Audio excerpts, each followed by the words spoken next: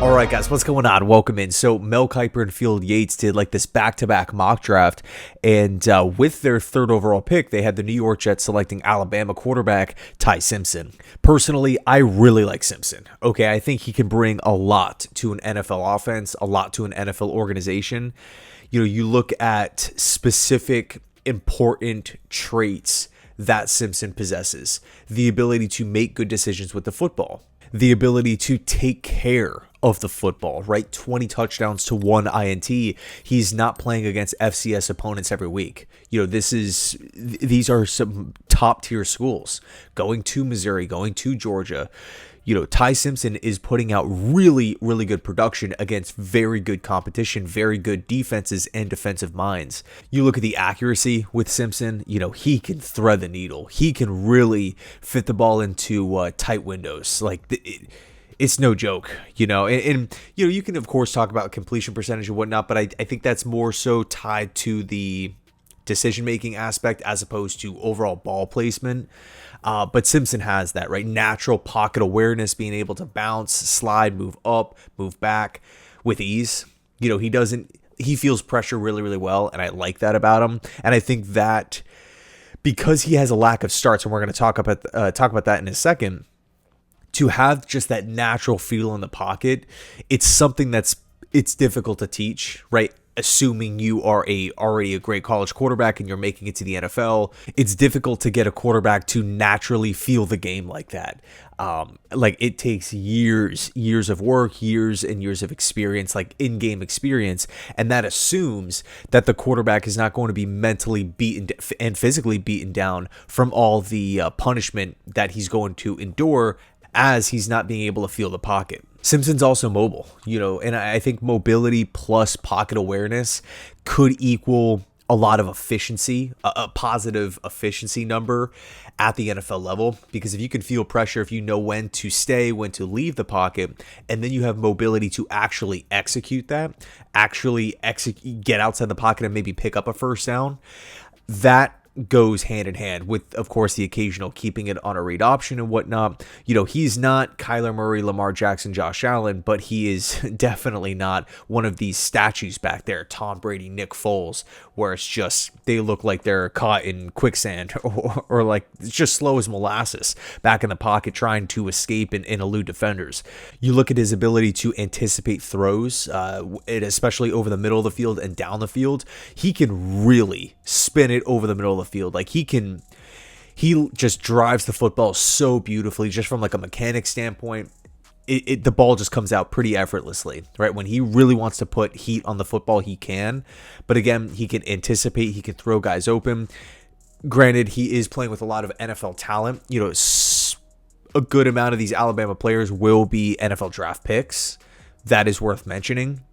It's not like it's Simpson and he's doing all these amazing things and everyone else just sucks and he's just carrying, you know, the weight of the organization, the weight of the program, and he's just playing this hero style of football and he's unbelievable at every turn. No, he does have talent. He does have help around him to make his life easier. But even with that said, in the moments where he does need to anticipate, where he needs to throw someone open, he is doing that, which is worth mentioning. But here's the thing, right? Here's my favorite thing about Ty Simpson. Simpson's clutch. Simpson is a clutch quarterback. I mean, again, we talked about it before, going to Georgia, going to Missouri, but we could also talk about, you know, the game against Tennessee, the game against Vanderbilt. You know, he's putting out these performances. And, you know, I understand the reputation around Vanderbilt, but they are not the same Commodores as they used to be, of course, under Clark Lee. But the point is, when it's time to make that throw, Ty Simpson doesn't flinch whatsoever. And credit Bryce Young. He was very similar at Alabama, too. Granted, different coaching staffs, but you know, when you have to make that fourth down throw, Simpson stands in there and delivers perfect passes. You know, opportunities in the red zone, throws way down the field, just must-have situations, being able to squeak out victories because his clutch ability is just there. He's not shaken. He has ice water in his veins. Like, it's just, like, that is what you want. If you're a team picking up close in the draft, first overall, second overall, third, fourth, fifth, and you don't have a quarterback, and you have all the, because the bottom line is it's 2025, it's going to be 2026. So many guys coming out of college, so many quarterbacks coming out of college already check all the physical attributes, or most physical attributes. It's not like how it was 30, 40 years ago, where you're kind of looking for the prototype. Okay, who's the 6'5" guy with the cannon? Okay, we just want that guy in our organization to develop, and we feel like because he has the most potential, we can get the most out of him. It's a lot different, right? Guys are coming in now just ready to handle the NFL game from a physical standpoint. Credit the facilities at the collegiate level, and the coaches, the nutrition staff, the strength and conditioning programs, and directors as well. Some colleges take it more seriously than others. It shows. It definitely shows. But overall, when you have these college players coming in more physically ready, as well as the pro game adopting more college tendencies from a play calling and just overall schematic standpoint, you're going to get more instant impact players in year 1, year 2. So Simpson, to me, man, checks a lot of boxes. The intermediate throws, the arms, Simpson to me is a prospect that the New York Jets need to look at. Whatever happens in free agency, I know we just posted the video yesterday about potentially the Jets looking to add a veteran quarterback. I still think you got to take a hard look at Ty Simpson. I have two main concerns, though. One is a lot bigger than the other. One is just a simple mechanical thing. Not really that big of a deal, but there is a little bit of a slow first movement, like that slow first step back after getting the snap. It's a bit delayed. Now, it's not that big of a deal when you have a great offensive line and you're not really being rushed left and right. It's a different thing if that slower kind of get back is happening at the NFL level and you're going up against a blitz heavy team, a team that's giving you a ton of different looks on the defensive side of the football with great edge rushers. And, God forbid he's playing behind an awful offensive line at the next level. That whole drop back to me needs to be sped up. Just my personal opinion. I'm not saying anything drastic needs to happen, but I think that could be something that once the off season hits, it could be worked on, right? It could be prioritized by, a quarterback coach or whoever Simpson works with. Just the speed coming back, getting this as soon as he gets the snap, being able to shoot back quicker than what we've seen so far. The second big concern, and again, that is definitely fixable. You can change that in one off season. The second concern, which Simpson can't change, despite him being 22 years old and I think will be 23 by the time of the draft, but regardless, he'll be 23 in next, as a rookie. He only has 8 college starts. Now you can say, okay, well, he's been there, been with the program for 4 years and he's appeared in games. He's thrown 50 passes in 3 years combined outside of the 8 starts.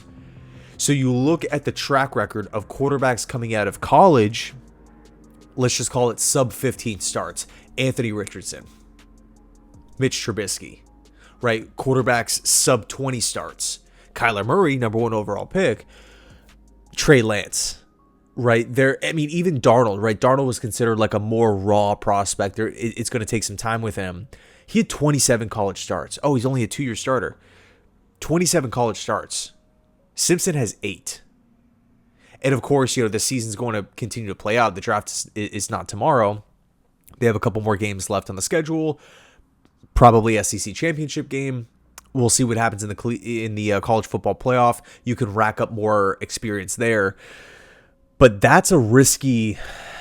Again, if you're taking a quarterback up at the top of the draft, despite Simpson's age, despite his maturity, there are small nuances that you just pick up on as a quarterback in the college level the more you play. We are talking more so smaller nuanced stuff like eye manipulation with the safeties, seeing different defensive looks, going up against different defensive coaches.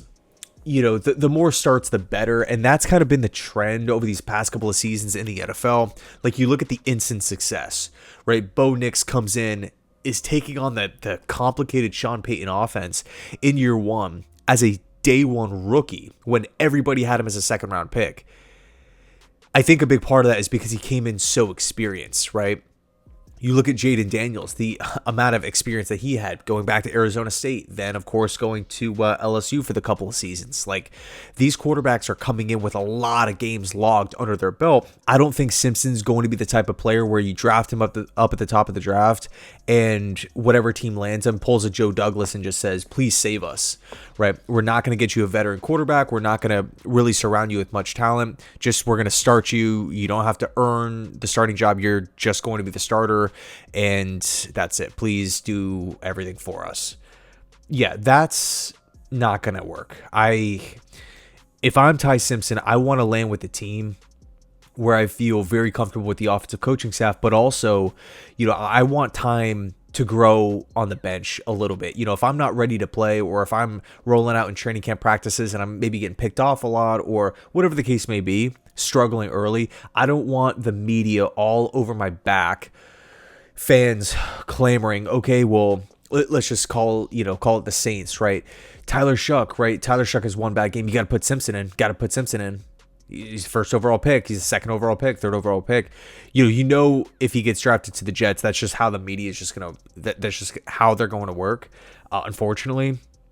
So you got to be in a environment where Simpson can actually learn, grow, and develop. Not saying that Simpson can't have success as a rookie. There's a chance that he could come in and boom, win Rookie of the Year. I'm not going to rule that out. Simpson is a very, very interesting quarterback prospect, but at the same time, like, this is a big investment here. You want to maximize that. You don't want to just half-ass it. No, I want to have a veteran quarterback there who's going to help and mentor him. What's so bad about that? The organization's out $10 million against the cap. Who cares? Invest in the investment, right? Ty Simpson, if he's the third overall pick here by the Jets, yeah, you better Darren Muji better put him in a position to have success. We better not rush him out there if he's not ready to play. And again, it would be one thing if Simpson had 30 career starts, 37 career starts, but after this season, he's not going to have that many. Even if he continues to play and he plays every single down of every single game for the rest of the season, they go on a run and win the national championship game, the overall experience level is not going to be that high. So that needs to be taken into account. But regardless, I like Ty Simpson as a prospect. In my opinion, there should not be a situation where Simpson's, the plan is all offseason, okay, Simpson's going to sit, but then by week 2 or week 3, he's in the starting lineup being thrusted in to save jobs or to justify the draft pick. I just hate that. I really like the long-term type of thinking. But in any case, thanks so much for watching. I appreciate you guys. Let me know your thoughts down below in the comment section about Ty. How does he stack up in your eyes compared to Mendoza and Dante Moore? Mendoza is still my quarterback one. He's been QB1 since mid-September. I believe September 14th, I bumped Mendoza up to QB1, and he has not came down whatsoever. And I don't envision him coming down from QB1 throughout the entire process. But anyway, let me know your thoughts down below. Thanks so much, and as always, go Jets.